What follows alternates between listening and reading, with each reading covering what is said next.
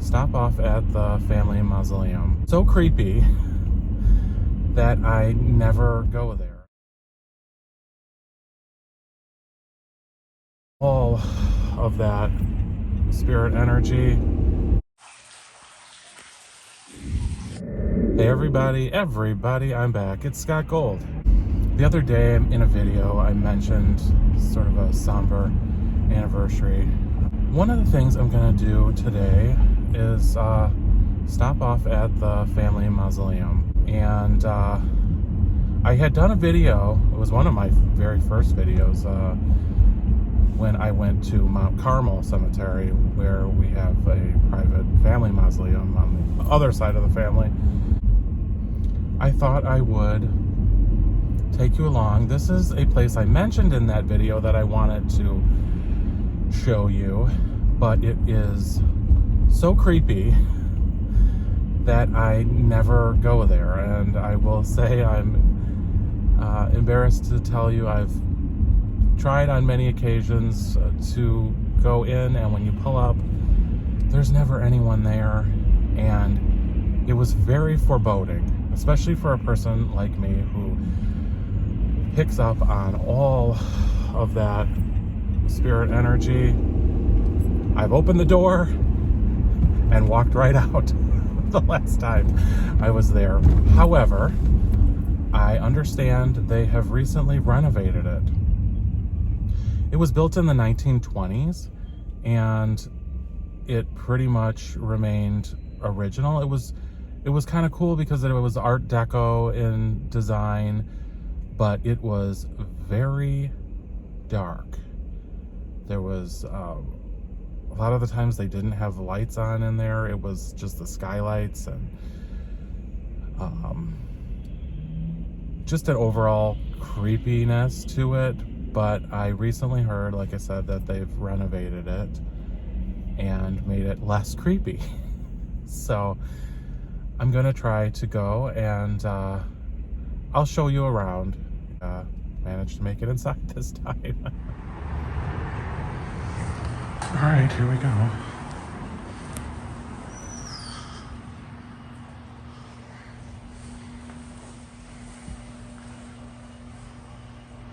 Well, as I said, I don't think there's anyone in here. Now, the sign said that for security, the doors are temporarily locked, but they weren't. So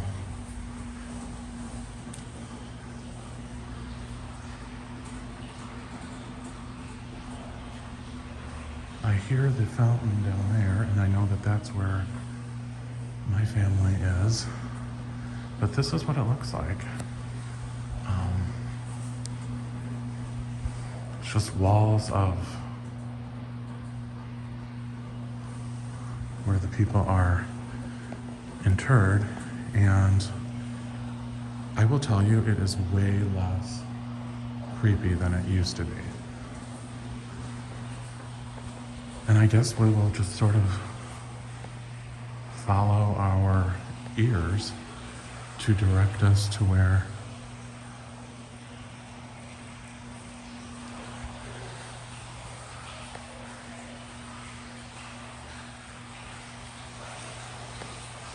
my family is.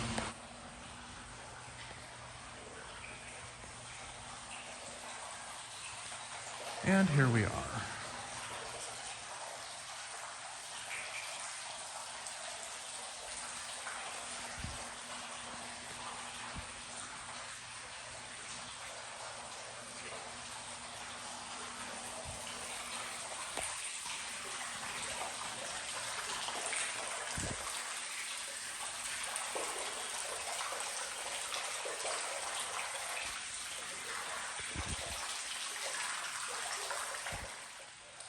Right around the corner from the fountain are some more of my relatives where they're buried here in this section. It's very pretty. The marble is a little bit different here. A lot of stained glass. In some areas they kept it, in some areas they didn't. When they renovated, I won't tell you who my family members are, but there are 5 in this area here.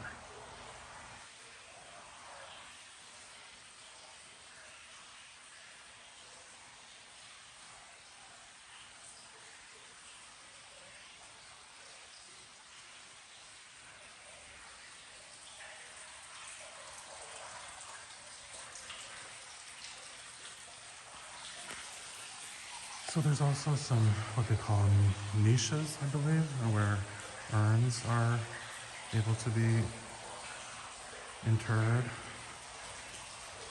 And I haven't walked around this entire place. Actually, it feels a lot more welcoming than it used to. It really does. And I wish I could recall exactly how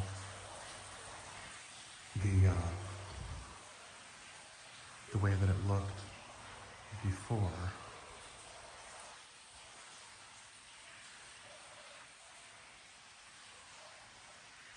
There's like a smell of incense. And I hope you recognize how brave I'm being right now, because I am the only one in this building. And I have likened this to the feeling of being on center stage at the Super Bowl. It's as if every eye is on you. I don't know what that is back there. Some kind of leaves or something. A lot more urns. And as you see outside through the glass there are the outdoor mausoleum spaces. And so far, I believe I've only seen one of these kind of spaces that was actually one half that was not occupied. Generally, you'll see most of them. Oh, there's one. Next to the William, there's an empty space, but I'm sure it's purchased and probably just awaiting someone that hasn't yet passed. But usually you have like a husband and wife or a married couple or a family member of some sort that are next to each other, but not always. And when they do, you'll see the name, above it, but and then the individual names with the date of their death. But I do have a family member that was over there that was not married, and so her space is shared with someone that's not obviously a family member, but they just have the 2 individual names. And I know that she wanted to be here with the rest of her family. So that was the way that she did that. But there are quite a few sections, areas here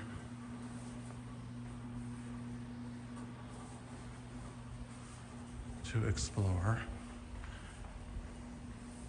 We're back at the front door.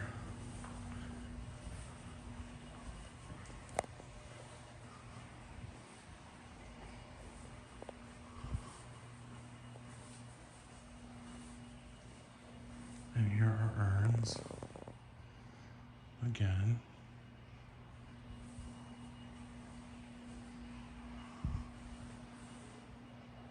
It's amazing to think how many people are here.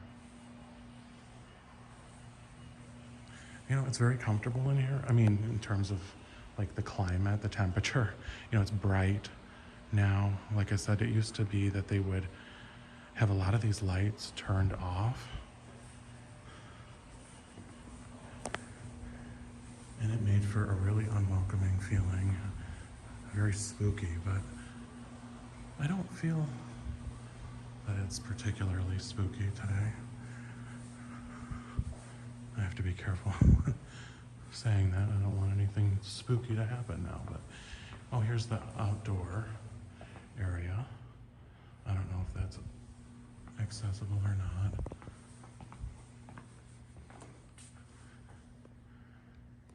And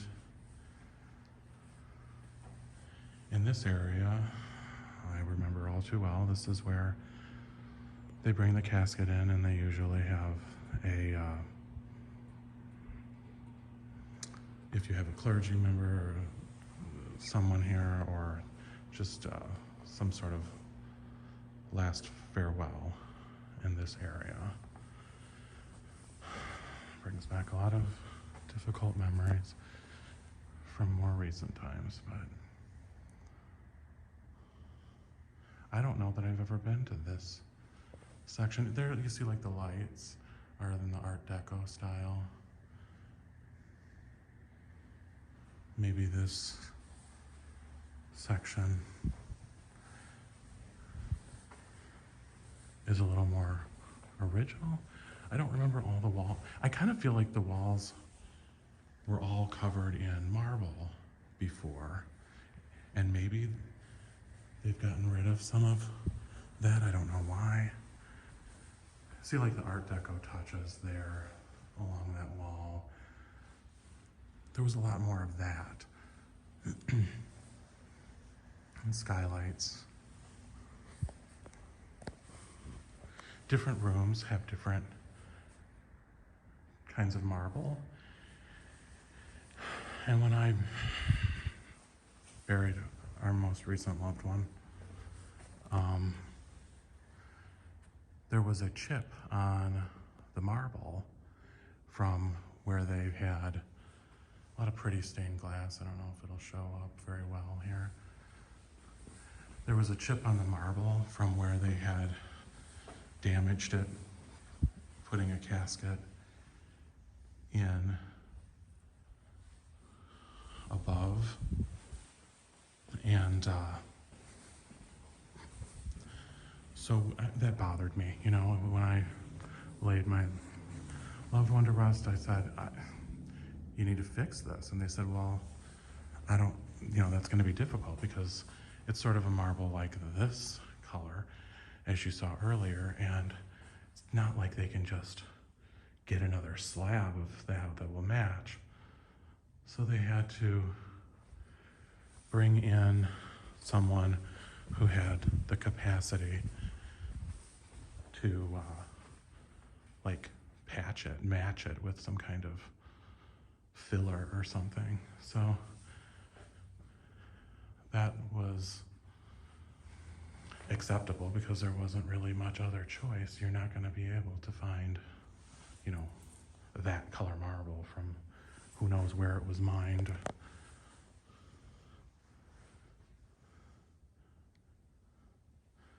You know, all these areas pretty much look the same.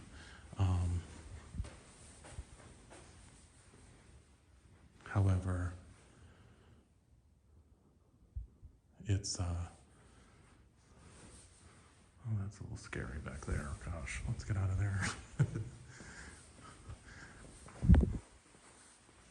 It would be kind of easy to get turned around here.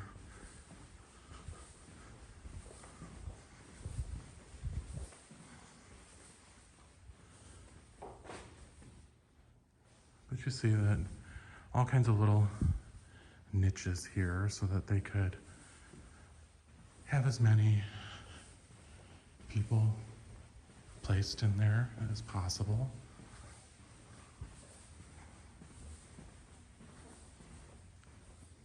There's not very much information online about this cemetery or about this mausoleum in particular. And that's why I thought this was sort of helpful to people. If someone who's searching for this facility, if they are able to see a video. Anyways, I'm going to spend some time here, just taking some personal reflection, but I wanted to show you around a little bit to the original Woodlawn Mausoleum. Thanks for joining me.